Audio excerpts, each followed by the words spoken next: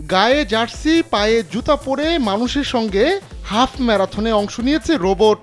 Machine ও মানুষের মধ্যে এটাই এ ধরনের প্রথম দৌড় প্রতিযোগিতা। এই ম্যারাথনের কোর্স ছিল 21 কিলোমিটারের।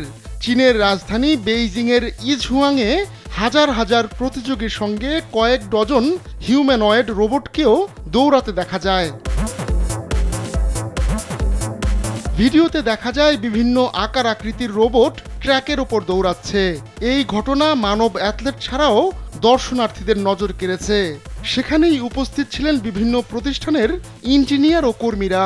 কোনো রোবটে কারিগরি সমস্যা দেখা দিলেই তা সমাধান করে দিতেও দেখা যায় তাদের।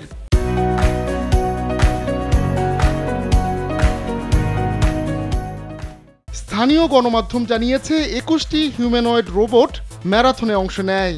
এর মধ্যে একটি রোবট দৌড় প্রতিযোগিতায় প্রথম স্থান অধিকার করেছে।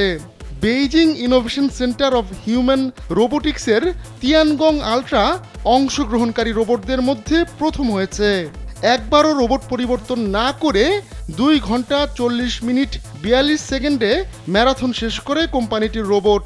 আর 21 কিলোমিটার পথ 1 ঘন্টা 2 মিনিটে পাড়ি দিয়েছেন মানব প্রতিযোগীদের মধ্যে প্রথম স্থান অধিকারী ব্যক্তি।